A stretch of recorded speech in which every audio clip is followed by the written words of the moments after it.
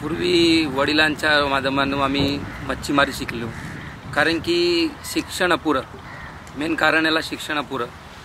परिस्थिती खराब असल्यामुळे वडील आम्हाला समुद्रात न्यायचे मासे मारण्यासाठी.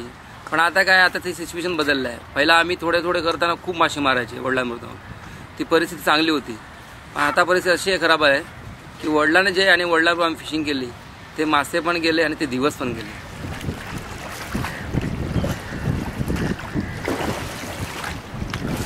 पहिला सिलिंगच्या आतमध्ये मासे जास्त भेटत होते. पहिला जवळजवळ 1 तासाच्या आत आम्ही घरी यायचे मासे पकडून. आता तिथेच आम्हाला 5-6 तास लागतात मासे पकडायला. कंपल्सरी होडीमध्ये 2 माणसं लागतात, पण त्याला त्याची मजुरी द्यायला लागते. ते आपल्याला जे येतील थोडे नाही परवडत. आता पहिल्यासारखं पहिला चालायचं 1 तास द्यायचं बोललं तर कोणी पण यायचं. आता मजुरी त्यांनाच परवडत नाही. ते कंपल्सरी 300 रुपये मागतात होडी द्यायला. आता लहान आहे, घरातला मुलगा बोलला तर कंपल्सरी घर चालवायलाच लागते. वडील कामाला नाही, आई बाजारात नाही, काय नाही, आता कंपल्सरी घर चालवायचं असते.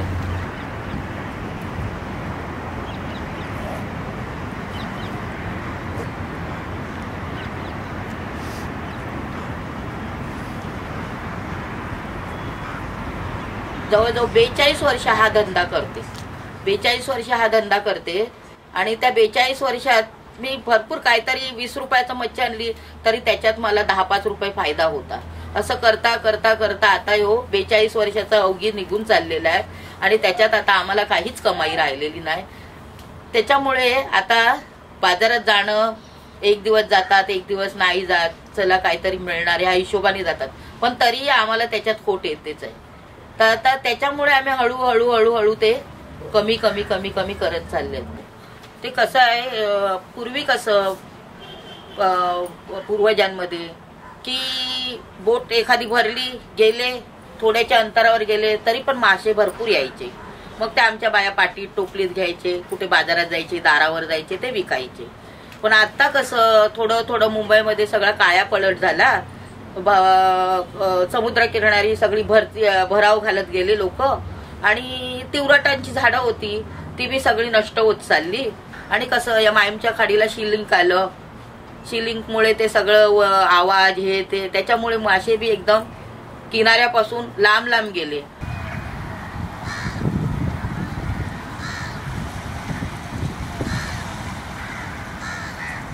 सरकार तसं बघत नाही. झालं परिणाम सांगितलंय कचऱ्यामुळे वगैरे, काहीच लक्ष देत नाही कोणाला. कचरा इथे पाहिजे तेवढं पाणी खराब येते, मासे भेटत नाही, मासे मारायला लांबच जायला लागते. जवळजवळ मिठी नदीचा पाणी सर्व इथे तर काळा पाणी, कचऱ्याचा पाणी, सर्व कचरा येतो त्याच्यात. आम्हाला सिलिंगमुळे तर काहीच फायदा झालेला नाही. उपयोग आम्हाला नुकसानच आहे. ते कसं काय नुकसान आहे, जे आमच्या बोटी येणाऱ्या जाणाऱ्या आहेत त्यांना त्रास होतो. आणि प्लस जे बाहेर ते सिलिंगच्या बाहेर जे पोलिसांच्या बोटी तिकडे लावलेल्या आहेत त्यांनीसुद्धा आमच्या बोटीला येणाऱ्या जाणाऱ्या त्यांनीसुद्धा आम्हाला त्रास झालेला आहे. आणि दुसरी गोष्ट, जी मच्छी आतमध्ये आमच्याकडे खाडीमध्ये जवळपास येणारी ती मच्छी त्या सिलिंगच्या बाहेरच राहायला लागली. तर का, त्या लाईटीच्या प्रकाशामुळे आणि रहदारी त्या सिलिंगवरती झाल्यामुळे त्याच्यामुळे ती मच्छीसुद्धा आतमध्ये येणं बंद झाले. त्याच्यामुळे आमची मासेमारीला त्या सिलिंगमुळे एवढा नुकसान झालेलं आहे की आमची जी लहान होड्या जाणाऱ्या आहेत, जे आमचे ते घर चालवणारे, प्रपंच चालवणारं, आज त्यांच्यावरती एवढं उपासमारीचं असं एवढे दिवस खराब आलेले आहेत. आणि आता सध्या भविष्याच्या नवीन पिढीच्या ह्या मासेमारी धंद्यामध्ये काहीच राहिलं नाही. त्यांनी नवीन उपक्रम राबवून नवीन कुठेतरी जॉब बघावे, कुठेतरी काहीतरी ITI हे असं करून त्यांनी कुठेतरी त्यांचं उपजीविका करावी. मासे मारून आता काय त्यांची पोटं भरणार नाही.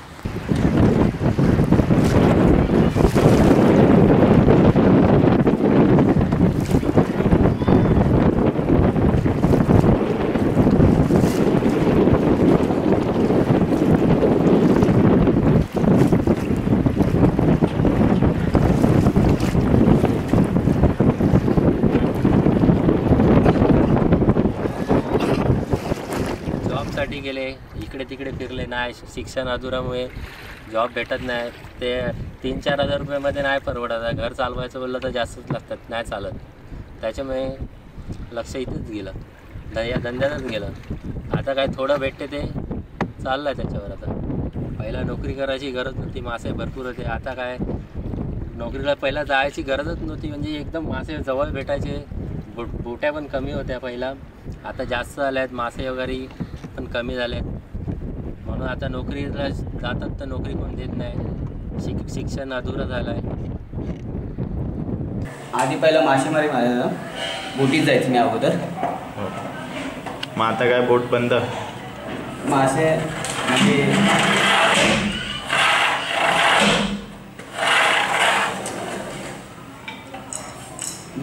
मासे कमी असताना त्याला काय म्हणजे काय मासे मिळतच नाहीत का? मासे नाही मिळत, त्यामुळे आम्हाला हे काम करावं लागतं. मग आता सध्या काय करता तुम्ही? आता कार्पेंटरचं काम करतो. कार्पेंटरचं काम करताय. मग कार्पेंटरच्या कामात तुमचं होते सर्व? त्याच्यात बी काय भागा नाही, काम असलं तर असते ना त्यापासून राहायला. मग बाकी तुमच्या मुलांचं काय? मग मासेमारीच करायला देणार त्यांना की आता? त्यांना आता आम्ही शिकवतच आहे. त्याला या लाईनमध्ये मासे लाईनमध्ये नाही टाकणार आहे. त्यांना शिकून खूप त्यांना. तुम्ही पण पूर्ण मासेमारी बंदच केली आता? पूर्ण बंद केलं मासेमारी. आताची पिढी कशी, आम्ही कसं धंद्याला जायचे, थोडेफार आणायचे, त्याच्यावर व्हायचं. पण आता आमचा धंदा एकदमच पडला गेलाय. म्हणून आता आमच्या मुलांना, आमच्या लोकांनी, जे कोळी लोक आहेत त्यांनी शिक्षणाच्या मार्गात लावलंय. आणि काही मुलं शिकतायत. आता केमिस्ट्रीमधून घेतात, कोण कॉमर्समधून घेतात, कोण कशातून ना कशातून तरी शिकतायत थोड्याफार. आणि कुठे आता थोडेफार नोकरी कुठे इंडस्ट्रीजमध्ये जातात, किंवा एखाद्या लॅबमध्ये जातात, किंवा एखाद्या फॅक्टरीमध्ये जातात. तिथून ते लोक कामधंदा करतात. आता माझी स्वतःचीच मुलगी, मी हा धंदा केला, थोडंफार तिला शिकवलं, ती केमिस्ट्रीमधून शिकली आणि आता ती गव्हर्नमेंटच्या एक जॉबला आहे, लॅबमध्ये काम करते. सचिवालयाची ब्रँच आहे, त्याच्यातून ती काम करते. माझा एक मुलगा आहे, तो बी आता 12वी शिकून दुसरं काहीतरी कॉम्प्युटर वगैरे करते. आणि त्या लाईनीला आम्ही आमच्या मुलांना आता लावलंय. आता त्यांचं भवितव्य ते लोक ठरवतील असं आहे. का शिक्षणाचं एवढं चांगलं आता व्हॅल्यू आहे की मुलांना इंजिनियर, कोण बोलतो कॅम्प्युटर इंजिनियर झाला, कोणाचा मुलगा कोण काय बोलतो. आम्हाला पण इच्छा, आमची मुलांनी पण कॅम्प्युटर इंजिनियर बनावे थोडंसं. आणि काय ते काही मुलं बोलतात कशाला आम्ही बनावे, आम्ही बोटीत जावे. पण आम्ही बोलतात नको. आता ते त्यांच्यापर्यंत बस झालं आमच्यापर्यंत. आता त्यांनी करावे नाही. अंधारात नको आहे भविष्य, हे उजाळात पाहिजे. एकदम उजाळामध्ये एकदम म्हणजे कसं एकदम सगळं सुशिक्षित झालं पाहिजे कोळीवाडा. आणि कोळीवाड्यातली मुलं एकदम हुशार झालं पाहिजे. कारण की मासेमारी धंदा बस झाला आता बस.